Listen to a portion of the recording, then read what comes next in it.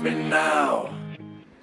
Hello again, everybody. My name is Nick Hebley. I'm with Reptilinks, and today we're doing our fourth video segment, which is going to include transitioning methods. So we've had a ton of people asking questions about the different methods to get their animals to feed on our product. Most people do great with it right off the bat, but these methods are going to help you with maybe some animals that need a little bit of coaxing.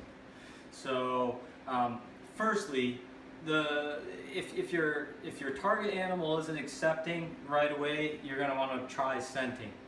Okay, and keep in mind you can transcend these methods right down to the last one, which is train feeding, if you wish. That's what I do, but of course, you know, I've been dealing with this product for 8 years. I developed it. I've been keeping reptiles for 25 years. I don't mess around with scenting generally. It depends on the situation. Sometimes we do. Sometimes that's all that's needed. But for you guys starting out, I think I would like you to start in this order. From scenting, okay, which is used for a lot of colored species, amphibian specialist species like hognose, a lot of animals that are used to eating smaller prey items, other reptiles, you know, frogs, toads, other snakes, other lizards. Scenting is usually all you need to have them assimilate Reptilinks to being, you know, a good enough prey source for them to take. Okay, so the first thing I'm going to cover is scenting. The second is a bait and switch, and all that is taking the animal, the original prey type that the animal is habituated to. It's imprinted on it. It's used to feeding on it. It knows the scent. You're going to take that, wave it in front of the target animal, and then switch it with a link. Okay, so that's what I refer to as bait and switch. The third one is priming the pump, and all that is feeding what the animal is originally used to feeding on. In the reptile communities, 9 times out of 10 is going to be rodents, either white mice or hooded, you know, fancy rats, whatever you want to call them, all the basic rats that you see. And so priming the pump would be to simply just feed what the animal is used to feeding on, and then you're going to follow it with a link and offer a link as normal. The hungriest python, the hungriest boa, the hungriest lizard, tegu, monitor, I don't care what it is, garter snake, it's always going to be more hungry after it eats than before. Its pump is primed. All its instincts are telling it to survive. There's a readily available food source there. So hey, let's eat again, right? Okay, so that's what we refer to as priming the pump. That is the third method. The fourth, I think, is the most valuable, especially with very stubborn feeders.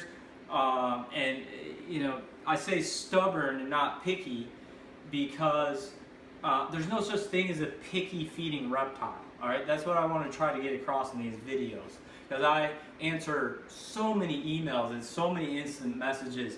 I'm up till 3 o'clock in the morning every night helping people kind of navigate through some of these things that I've learned over so many years.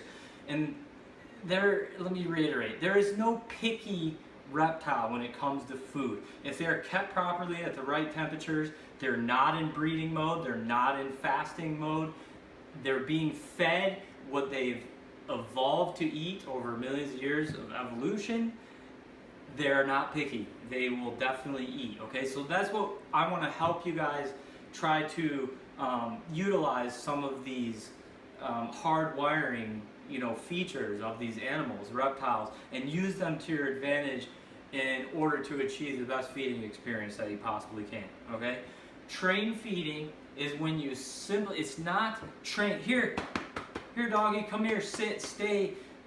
Oh, Maya, she's with us today. You want to pan to Maya? She says, what? You want me to come over there? You got a link for me? No. That's our little helper though. She's always around. Awesome dog. It is not like training Maya. It is like, here's the sign for it in sign language. Choo-choo train, like train, okay? We call it that because a train has an engine, right? It pulls the rest of the cars all the way to the caboose. They're all hooked together, hence the word train. You start by feeding the initial prey source that the animal is used to, And then as that tail, if it's a rodent, is sliding down, you're already in position, you're ready with your link, and you're going to slide that link in. You're actually pushing the rump of that first prey item in. As it goes down, you're actually making contact and sliding that into the snake's mouth. Okay, that's what we refer to as train feeding. So now I'm going to commence in giving you a up close and personal demonstration of how to do some of these things. Okay, so the first thing is I have a Mexican Black King. That's what I grabbed. There's a bunch of animals in here. I grabbed the smaller one. It's a nice size to fit on this table and everything. It likes rats, but it will eat lynx too. It will definitely eat a link if I sent it. It'll probably eat it anyway, but just for demonstration purposes, I'm going to show you how this works. And this is for a lot of colobrids, your hognose, that sort of thing. They love amphibian scent. We do frog scent, we do frog lynx.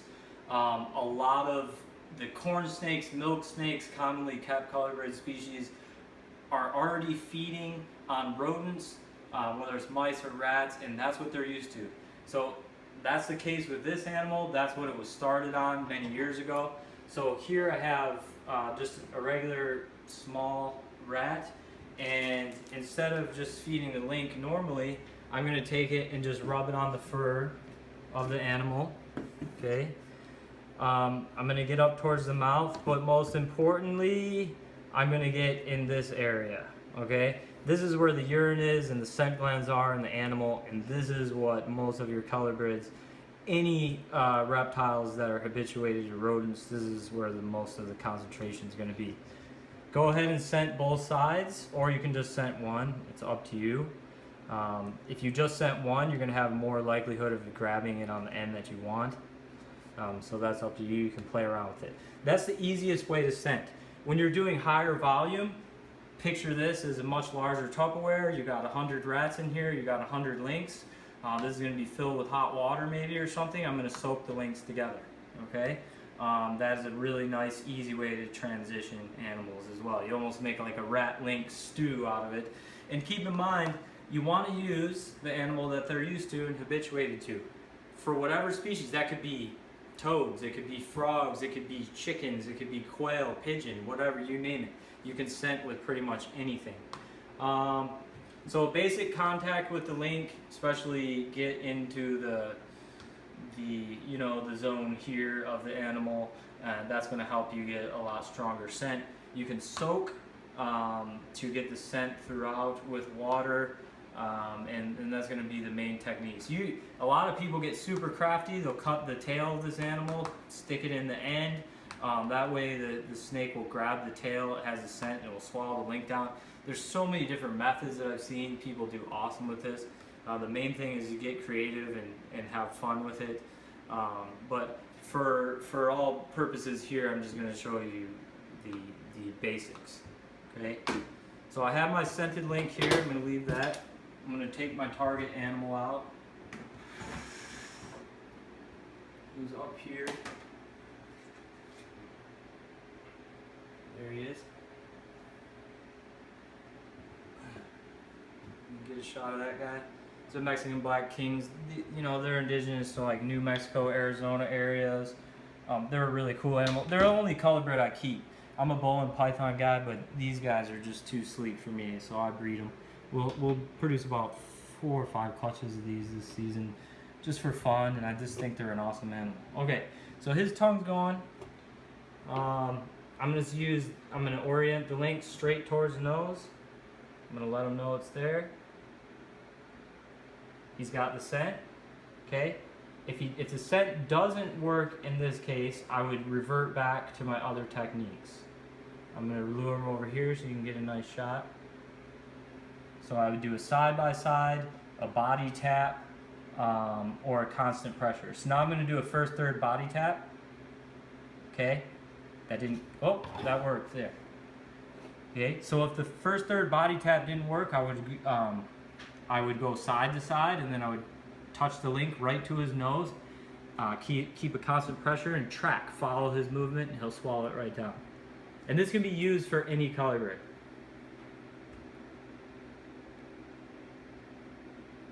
Okay, you can see there's 8 to 12 grams. He could eat a little bigger. I mean, they go right down the hatch. These animals get their name for a reason, right? They're evolved to eat other snakes. They swallow very quickly.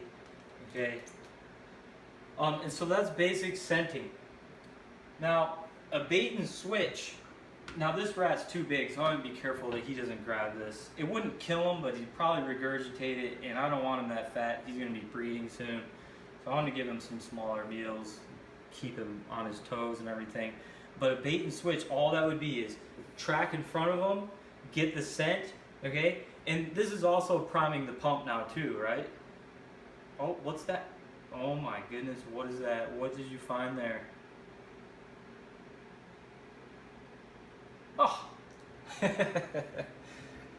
So, he's demonstrating how much he likes these little popcorn-sized links, right? Anyway, so we've primed the pump, obviously, so you want to take that out of the equation. To bait and switch, all you do is you track a line of scent through. You wave the rodent or whatever it is that they're used to the scent, and you get them riled up with that. You get their tongue going. You get them into almost a feeding response, or maybe elicit a feeding response if you're super ninja skills and you know you can get this thing away from them and then replace it with a link. It would go something like this. Oh, he's super hungry. So it would go like this, and then we just switch real quick, and then boom, just like that. That would be a bait and switch. Okay, it's as simple as that. Priming the pump. Literally, we would have a smaller rodent here, and then we would feed that first, and then we would wait to get that initial tongue flick, wait for the animal, he's ready to give us another feeding response, and then you offer the link as normal, okay? The difference between bait and switch or priming the pump and train feeding, this is really the step that you can jump to if you want to skip everything else. You would feed a smaller rodent first, and as that tail is going down and that animal is about ready to swallow, let's see what he does with this whole batch of links. I think he could eat all those. You're going to just simply push the link down, okay? So picture this link as being a rodent. You can train feed links too, that was amazing. But this is what he's used to, okay? That's a rodent, say he's a stubborn feeder. I'm positioned, I'm ready to go, and I have a shot at it right here. I'm gonna give it, oh, didn't work that time. But you get the idea. These guys swallow so fast, it's kind of tough. You would want your opening, you would want your link oriented and ready, and then boom, you would just slide the link down after the rodent. Now he's going, something's going on here where I'm getting a lot of food.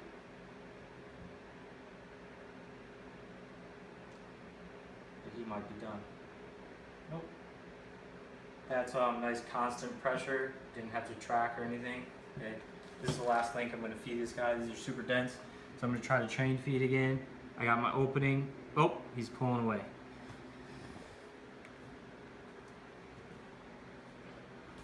Alright guys, so that's the basic feeding techniques. You have basic scenting, bait and switch, prime the pump, and train feeding. I'll do another segment here with an animal that swallows their prey slower, and we will demonstrate the train feeding for you guys. Thanks for joining us.